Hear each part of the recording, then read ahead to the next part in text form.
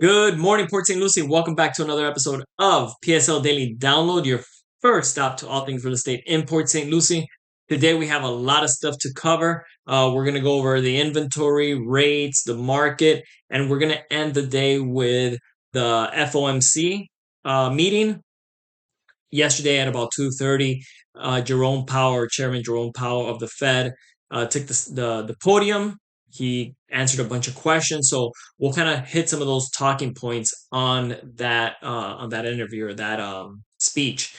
Before I do, I don't know if you guys could notice, but I got new glasses. I'm really excited. I feel like a rock star rocking these out. So I got these in another pair, so I'm excited about that. I wanted to thank the ladies at the Walmart Vision Center in St. Lucie West. They were just great. So, anyway, all right, let's get started on inventory. All right, we'll look at where we're starting the month. So, we actually started the month yesterday at 2368. We dipped about 1% to 2344, which kind of makes up for the gain that we did basically yesterday of 1.56. Properties listed under 375 decreased from 594 to 583. Properties above 375 dipped from 1772 to 1759. Properties that were currently listed with a reduced price dropped from 683 to 679, a decrease of 0.59%. And properties that are listed for rent in Port St. Lucie dropped from 401 to 393. So I'm thinking, because this is obviously it's rare, most of the days we're seeing inventory increase. Obviously, I think every bucket hit dropped, and I'm thinking it's because the end of the month, or in this case, the beginning of the month, there was a lot of transaction that took place over the last couple days that is now filtering through realtor.com, which is where I get my information from. So I wouldn't be surprised if we see this drop a little bit because, like these leases, let's say, or these rentals, a lot of people started their lease January 1st or January 1st, May 1st.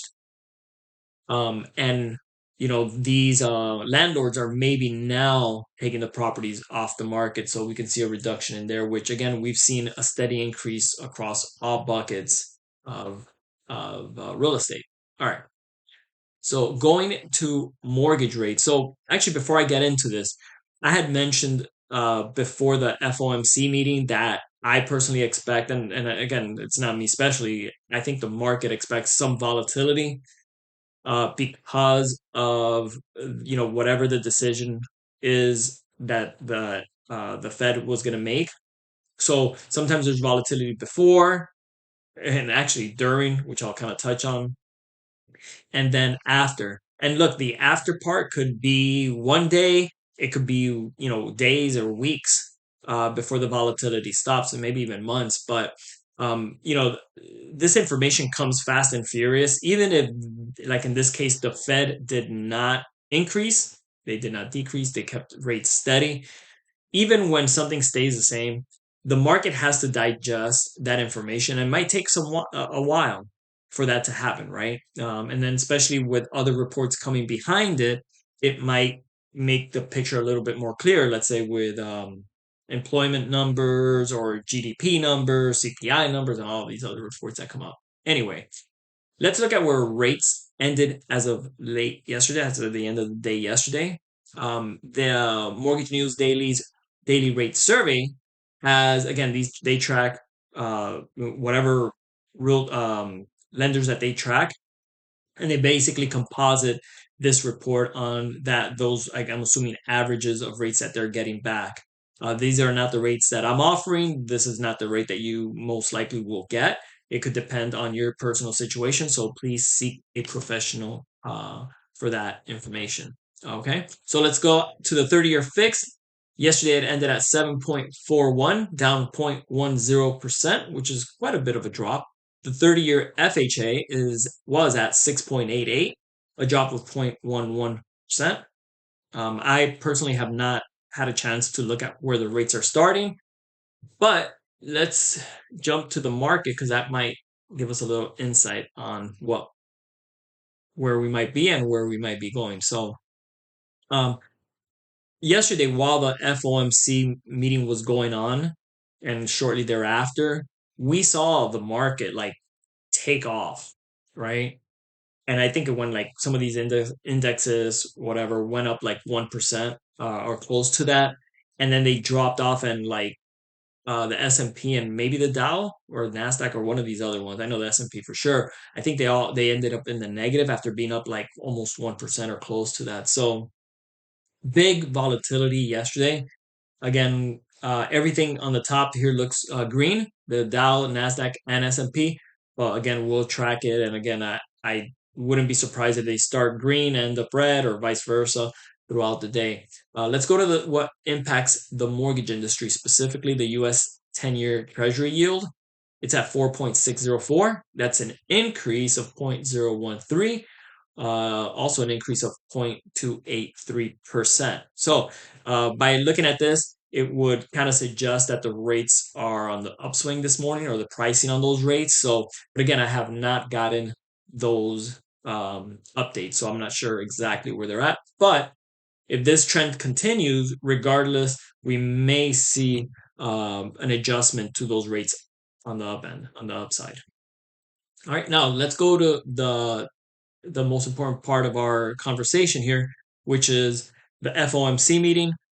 Yesterday, Jerome Powell came up and basically left the rates unchanged, and how that relates to mortgages. And people are looking for the rates to drop, so because that's going to change mortgage rates.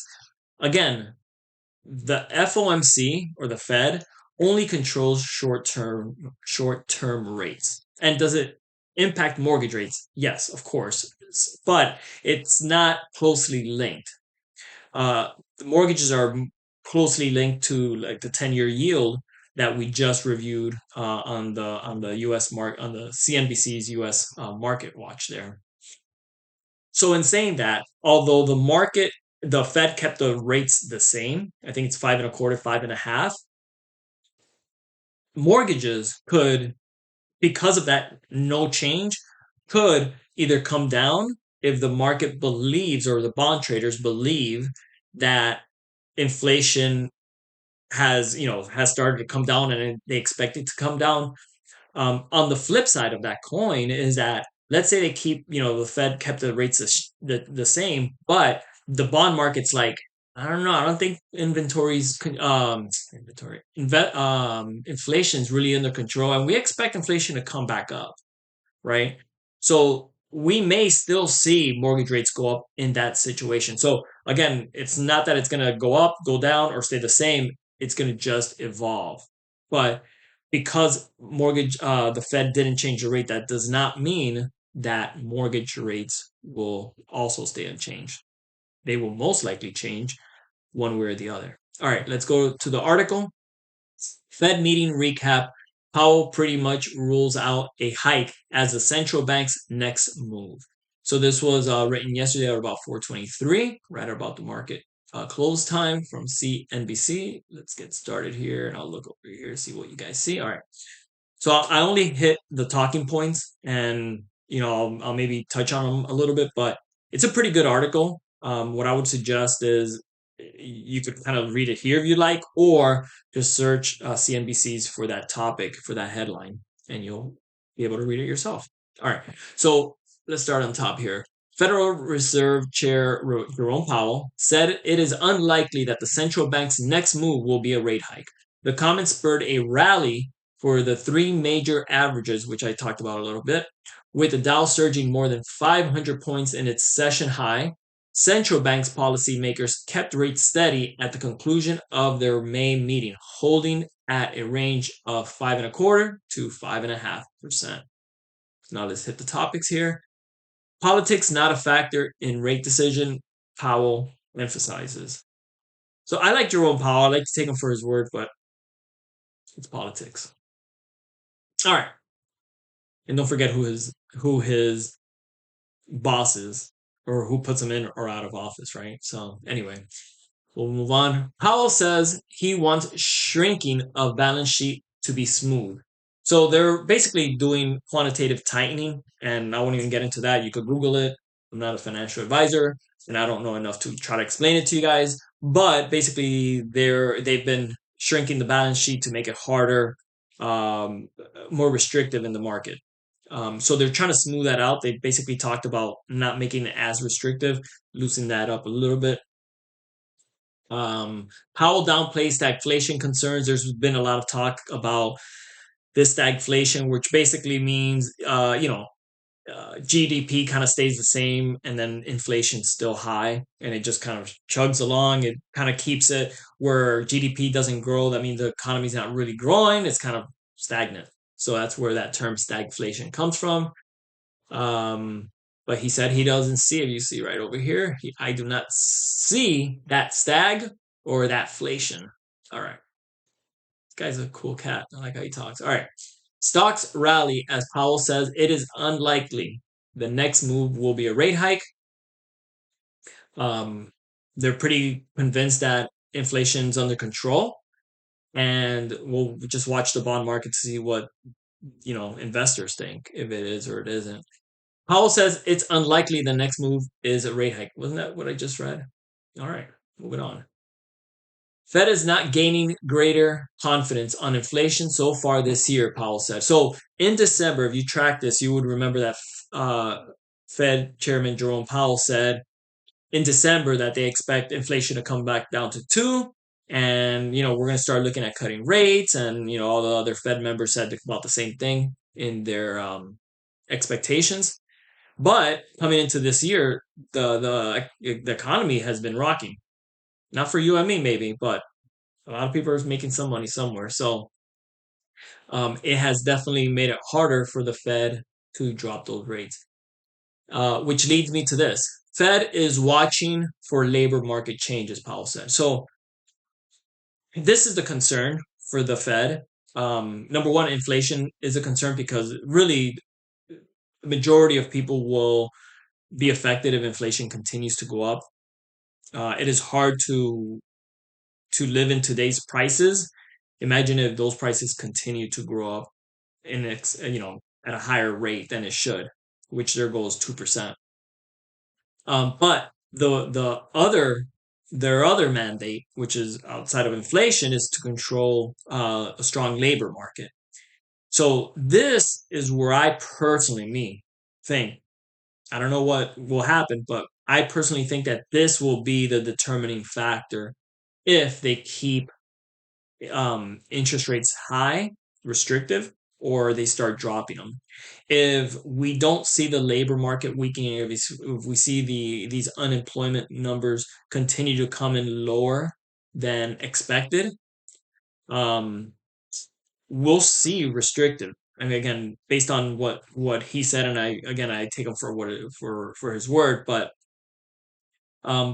if we see a report where unemployment kind of shoots up or something in the labor market or in the economy, breaks or cracks, and it affects labor, I think we're going to see a steady drop, and it might be an overnight drop of, these expectations are always of maybe 0.25%, but those are the times that we might see a 3% drop overnight, something insane like that. But those are one-offs. Those are the black swans of the economy if that were to happen. But something to watch out for. So if you hear something with the labor is getting really weak, expect the rates to drop. So hopefully you got some value in this video. If you have any questions, please feel free to give me a call. As always, please don't forget to click that like and that subscribe button. Please help me grow the channel. And I'll go ahead and add a video over here if you want a little bit more information on our local market here. And I will see you guys all tomorrow. Have a great one. Bye.